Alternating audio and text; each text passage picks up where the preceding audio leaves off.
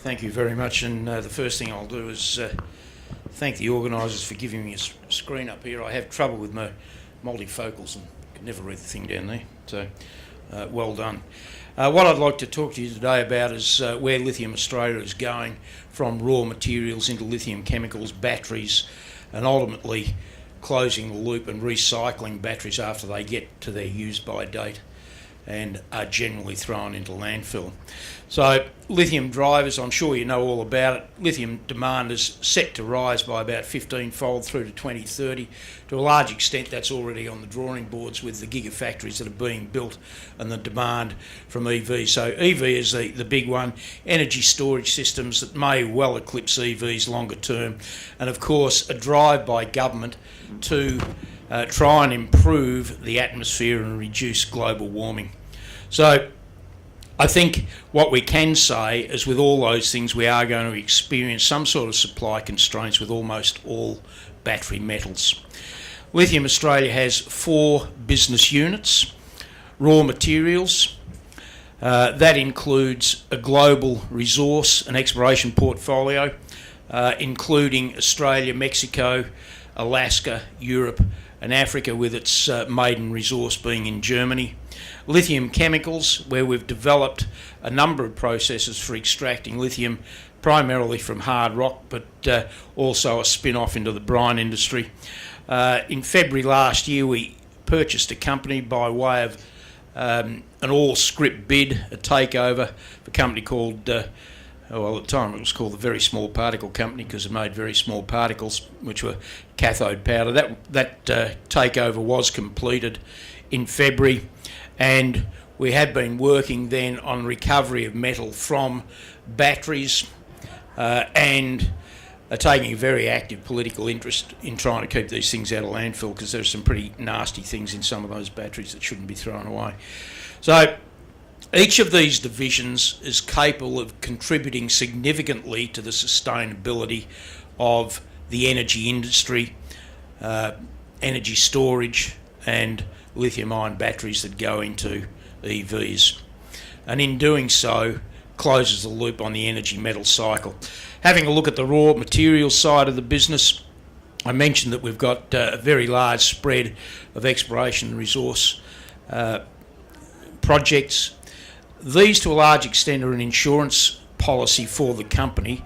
We see today more lithium being discharged into tailing streams around the world than ever gets into the supply chain, and on that basis it's hard to say that there's actually a justification for digging another hole. What we should be doing is getting greater utilisation out of the resources that we've got, processing those materials that are discharged and producing battery metals out of them. However, if you commit to a significant capital expenditure in any location and you're tied to the economics of someone else's tailings or a product that is not the product that you're selling, you've inevitably got a flaw in your business plan, and that is if they go out of business because of the economics of another commodity, you'll go with them.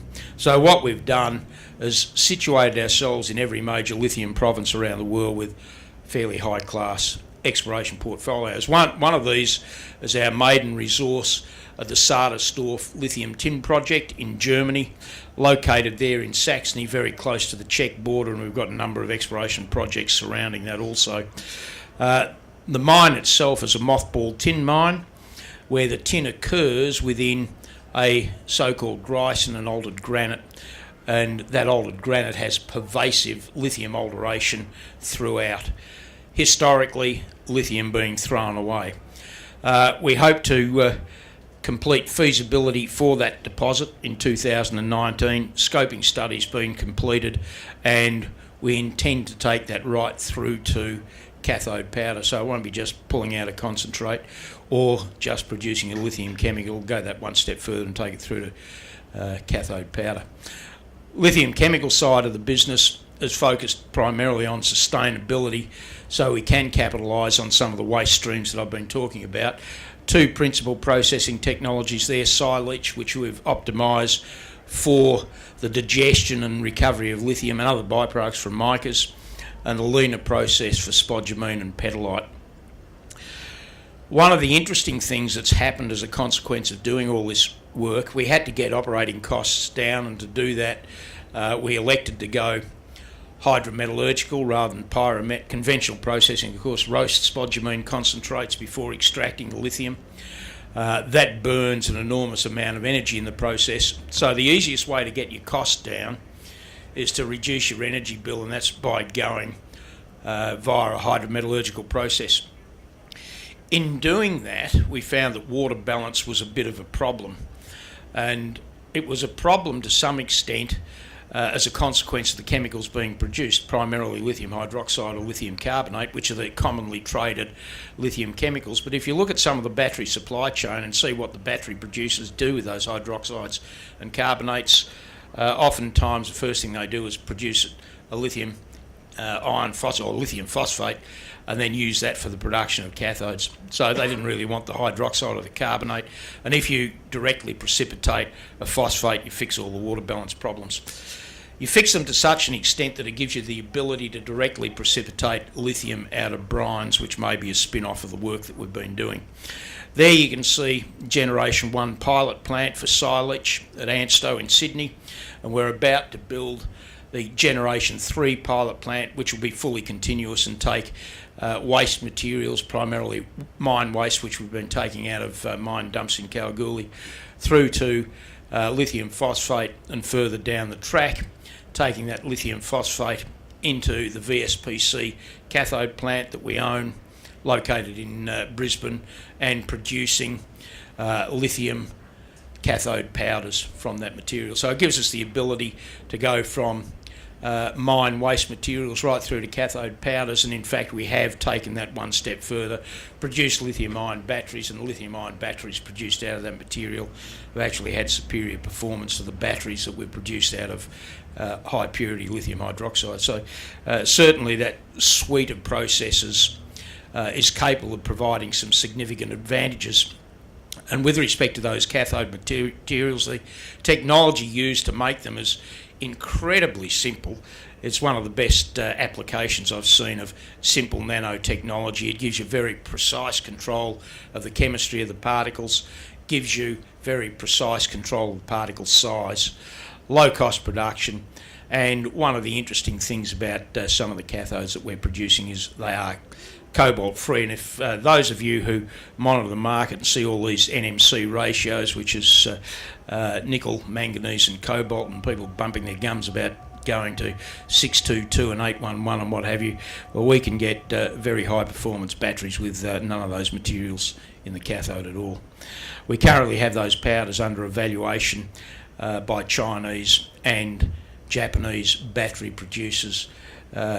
Very successful so far. They're all coming back for more of the powder. So we're very close to commercialisation, and this is the path that takes it through to that. We're currently doing pre-feasibility. We'll complete feasibility this year and be in a position to commit to first production plant by the end of the year. Incidentally, that'll be based on lithium iron phosphate chemistry. Number of reasons behind that. Intellectual property is one. It's free-to-air chemistry at the moment, and our patents rely on manufacturing technology. They're primarily physical processing. So it gives us an easy route through the intellectual property minefield, and also produces a cathode that has greater longevity, is much less sensitive to thermal overload, doesn't overheat when you charge it or discharge it. And in fact, in China, if you're going to use lithium-ion batteries for transporting people in things like trains, trams, buses, they mandate lithium iron phosphate batteries for that application because they're inherently safe. Once those batteries, of course, have been used, and I bet everyone in this room does it, their mobile phone will be probably sitting in their bottom drawer, or your batteries will have been thrown out in your dustbin at home and haven't gone for recycling. So those batteries, of course, have a grade 100-fold higher in terms of metal content than the best ore bodies, and so they are ore bodies in their own right, and at the moment globally only 9% of them get recycled. Conventional processes for recycling, which take place in Belgium, in South Korea and China, don't recover the lithium. they go for the cobalt, and primarily cobalt alone. The process that we've developed recovers all metals, and as a consequence can supply an ethical supply chain to rebirth those battery cathodes. So what's the development program for 2019? We'll be constructing the phase 3 pilot plant for silage. We'll be putting Sardersdorf to pre-feasibility and then finally to feasibility using silage and VSP technology, taking a European project right through to cathode powder.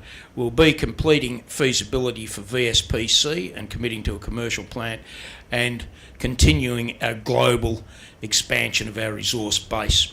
But the one thing that I would say, if there are serious investors here, we do cover every aspect of the lithium or battery metal industry, and strategic partners will be critical in advancing these projects at appropriate rates. Thank you.